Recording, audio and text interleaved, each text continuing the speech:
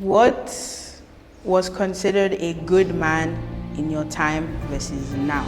A good man, he comes to your house, he knocks on the door, he doesn't ask of you, ask for your parents or guardian before asking for you.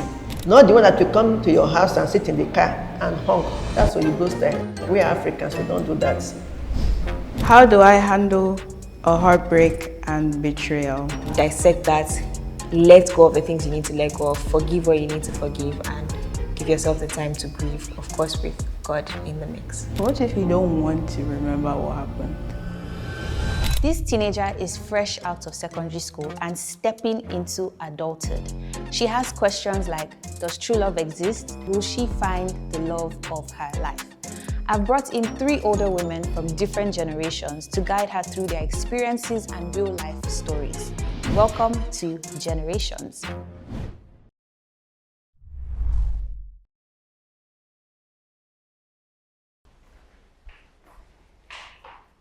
Good afternoon. Good afternoon. My name is Monjola Oluwadosimu and I am 17 years old and I'm a student. So I'll be asking you a series of questions about relationships. Okay, how did you shoot your shots back then?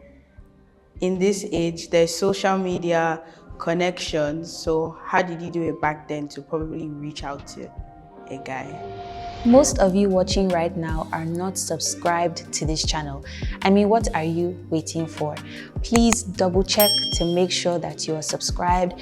If you want us to keep giving you amazing content, please support us by liking this video, by sharing it and subscribing. It is the free and easy thing to do, so support by doing so. Thank you very much. I really want to hear from you because you're in the older space, and at the time, we didn't really have that form of social media that everybody knows each other. Yeah, I grew up in a community where everybody was everybody's keeper. The first day he met me. I was actually frying Gary for my mom. And he came to deliver a message to my stepmom. I was the only one in the house. He met me, and a week later, I got a letter from him. I said, this guy must be crazy. What did you say about me? Because I had not even had my bath when you saw me. I was covered with charcoal and everything. I was frying Gary. Hi, everyone. My name is Irene Okoyene. I'm a teacher. I work with children, and I've been married for 48 years. I met my husband by chance. He was sent on an errand to my father's house, and I was there. He saw me, and a week later, I got a letter from him. There was no phone then, it was letter. Very fancy letter paper and envelope with perfume on it. That's what they have available those days. And for a whole year, almost every day I was getting letter. I told him I'm not interested. Until later, about a year later, and I finally agreed. He was persistent. Even when I ran to Lagos to stay with my auntie, he kept coming. You know what he told me? He said, if you want to catch a bear, what do you use? I said, you use a shotgun. You have to aim between the eyes. He said, yes. He said, anything worth getting is worth fighting for. That nailed it. And said, no, this thing was then I agreed. I think that's really beautiful. And I think that every guy should really listen to what you said, because y'all out there. Take notes. Okay. Must I get married? If you want to, and only if you want to. I don't think anyone deserves to be with a partner who's not sure that they want to be in a married relationship. Be sure that it is you that doesn't want to get married, not people telling you you have to pursue this, you have to do this, the center men, da da da da. Make sure that it's what you actually want, because you don't want to look back 20, 30 years down the line and be like, I really want a family, but it's too late for me. Or, I actually would have wanted that kind of companionship. So sit down with, why do I not want to get married? Is it trauma? And if it is, how can I deal with that? But God is not calling everybody to marriage.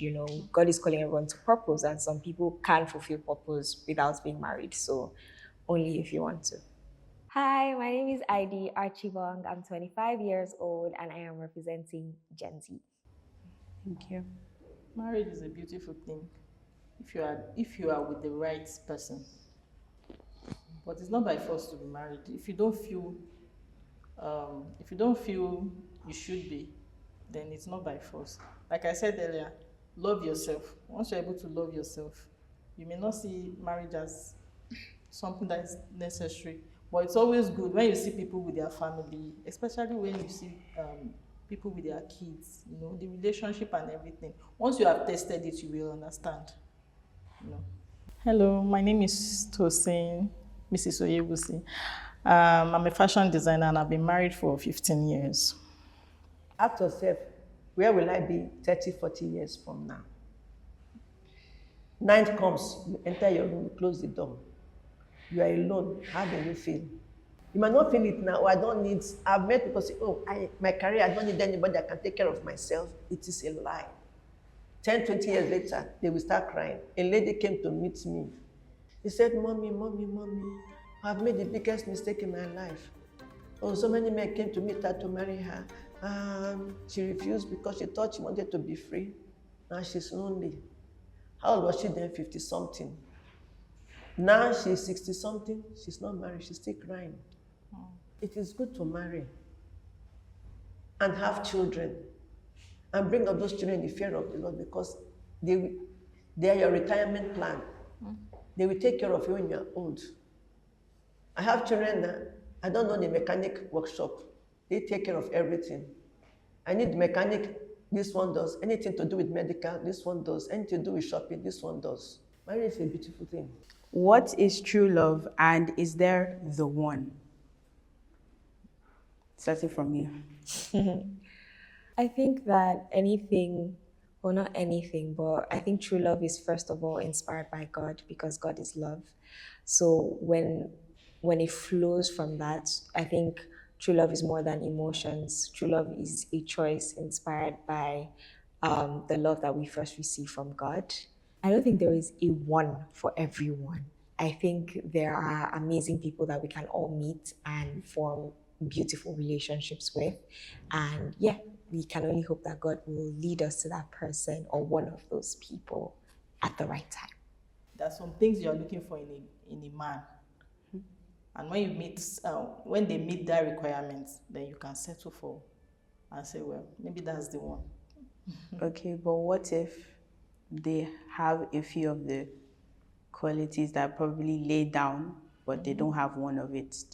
Would you still classify them as the person that I would want? Well, everybody is principled. Maybe your own principle, out of the 5 qualifications that you have laid down, maybe just one is lagging, and the other 4, the person is qualified for that. As time goes on, you may find that one that is lagging behind. You may. What was considered a good man in your time versus now? Yeah, a good man, he comes to your house. He knocks on the door. There was no doorbell then. He knocks on the door. He doesn't ask of you. Ask for your parents or guardian. Good afternoon, sir. Good morning, sir. This and that. How is work? Sit down and be talking with them for some time before asking for you. Not the one that will come to your house and sit in the car and honk. That's what you go style. We are Africans. We don't do that. They should respect you. No matter who you are, they should respect whether you are richer than them or they are richer than you. They should respect you, your person. Not for who you are, not because your father is this or your mother is that. No. Respect you. They should value you. That's how you know. Okay. Well, Grandma, I don't know. I think maybe, let me say, when I was like maybe 19, I was already in university then.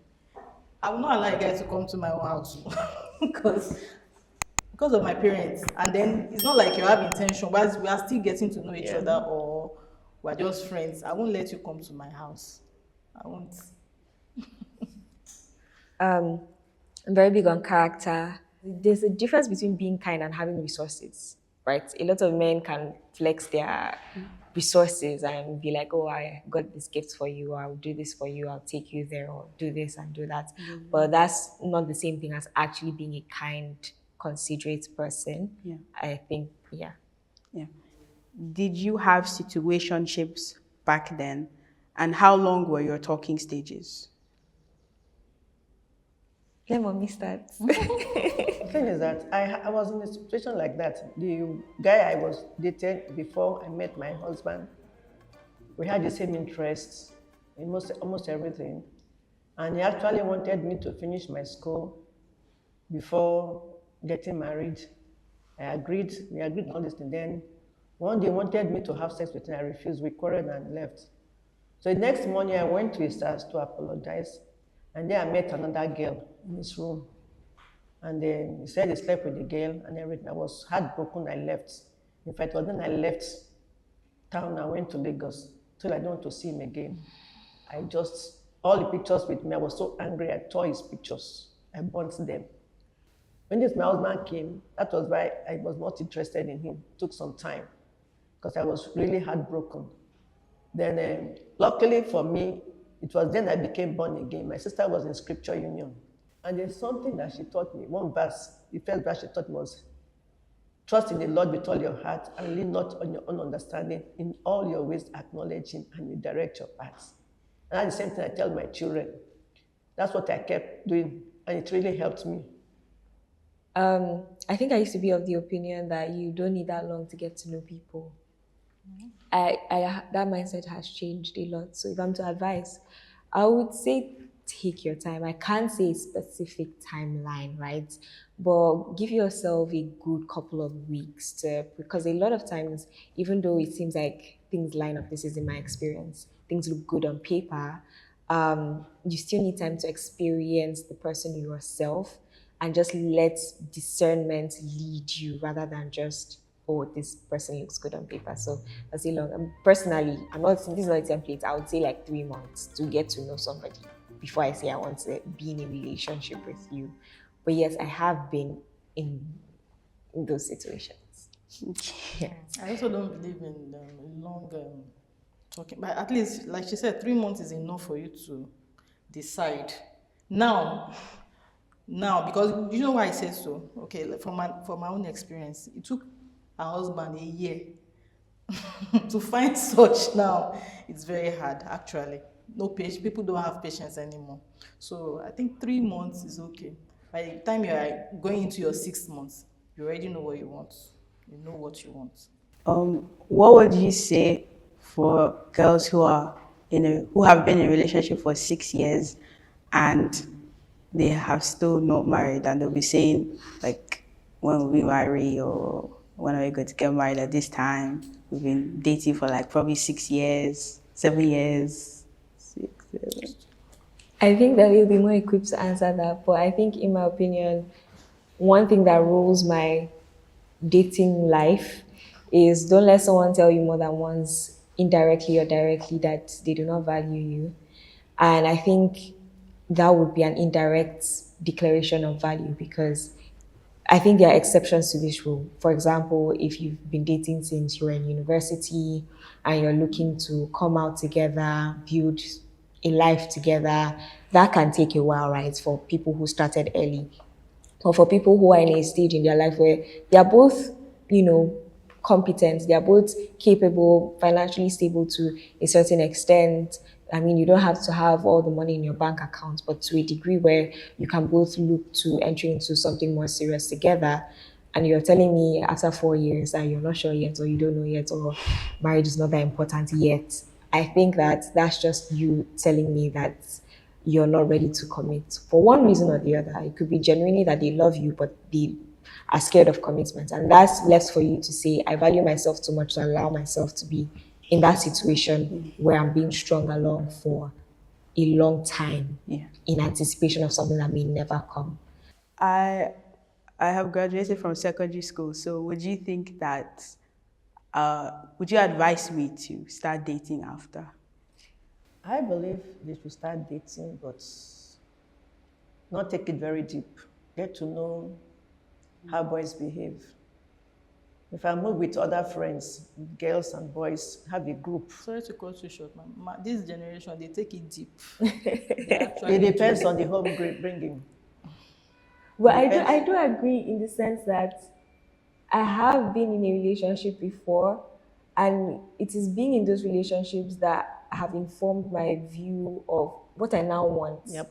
Right? Just coming out of that, I'm just like, okay, this is how I want to value myself now. This is what I definitely do not want in a relationship, in a person that I want to get married to. So I don't know, but continue, please. Yeah, because I believe they should mix with people. Don't take it deep. I have a school, and we do such things in school, such talks. There are some people, there's even a boy who loves a girl. They're in JS. He followed this girl to the father's farm to work. It was the father that came to tell us, how will you do? Say, leave them, just watch them. Both of them now in SS. They study together. If the girl doesn't come to school, he will go and look for the girl. He will even help copy notes. So it depends on the home bringing. If you try to restrict them, they rebel. They will do all kinds of horrible things. I've experienced that. A girl was doing that. The parents locked her up. The next thing she tried to do is to commit suicide. Luckily, they found her in church because they don't love her. That's not true. They love, that's why they're trying to protect you. It's for the parents to bring up the children, teach them, not wait till they are old. From day one, they are born. That's what I did with my children. Started talking to them when they were listening. What things should I know about men? I wouldn't say I'm the expert on men, but there are so many things to know about a human being in general. I don't know actually. Does anybody else know? Well, I think one thing you should know about a man is maybe at this your stage or when you are older, a man knows what he wants. They know what they want. They take their time, but when the time comes, they know what they want. I feel like there's still a lot of people, some guys, they know what they want, but how they go about it is so wrong. This is just like my view on it. But how they go about it is so wrong. And you're just wondering, does this guy even like you? And I feel like the best thing is for them to really be clear, because most of them are not clear. But I think most guys don't actually, they're not aware. When genuinely in love with you, you will know. Yes, there will be no confusion whatsoever. They just go straight. When he's genuinely in love with you, you will know.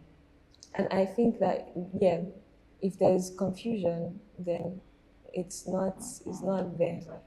I think you definitely... One thing you should know about a man, they are big babies, overgrown babies. Number one. Number two, they are very possessive. And they get jealous easily. So you have to watch out for those two. Does a woman lose her femininity when she's the one shooting her shots? Define shooting shot. Let's define that. Shots. The shooting shots really means like approaching the guy or saying like, oh, I like you. Do you like me back? The same way we have been saying that it's usually the men that pursue us, but it's now the woman pursuing the man. Does she lose her femininity because of that? I don't know about losing femininity. I wouldn't jump to that conclusion, but I would say I don't think you should do it. Or don't do it. If you're saying, okay, we've been talking for how many weeks, how many months? What is your plan? Do you like me? Do you have feelings for me? That's different from saying, oh, actually, I like you. Do you like me? You know, I've been giving you green flags since last year. What's good?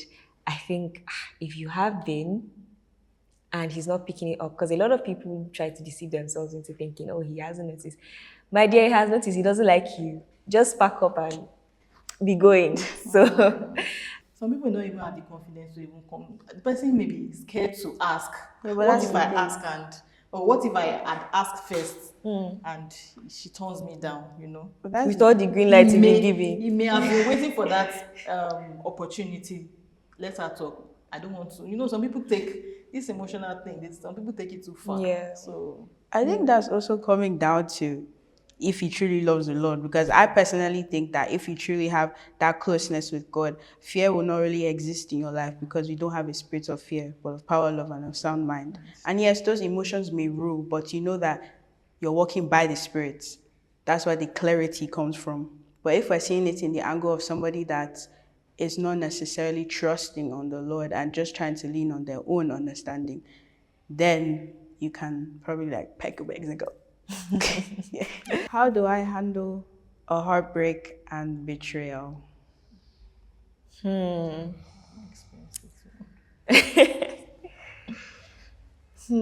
think allow yourself to grieve it. I think, yeah, sit with what happened, sit with everything that happened, and investigate every thought and emotion. Allow yourself to grieve. I think coming out of a breakup that really impacted you, a lot of people are tempted to just rush into something else, to either prove something to the other person or to not be able to sit in their feelings and feel what they're feeling. And I think that's more detrimental, because no decision made in a desperate position is ever a good decision. So you're jumping into someone who you've not taken time to discern, is mostly on a whim. That's another messy situation on its own. But if you sit down and you're like, okay, what happened in this relationship? What have I learned? What am I taking from that? Am I angry at this person? Why? Is it just something that I've made up in my head to cope, or is there a reason why I feel this way? Dissect that, let go of the things you need to let go of, forgive what you need to forgive, and give yourself the time to grieve, of course, with God in the mix. What if you don't want to remember what happened? The first thing you do, scream, cry. Don't bottle anything in. Cry, scream. If it means running, throwing things, but don't destroy anything. And then sit back and reflect, find out what went wrong. Try and remember, because if you bottle it in, it will affect you in the future. It will come up at a time when you don't expect it. Maybe you're even married, something will just remind you of it. And before you know it, it's causing trouble. So try and do away with it.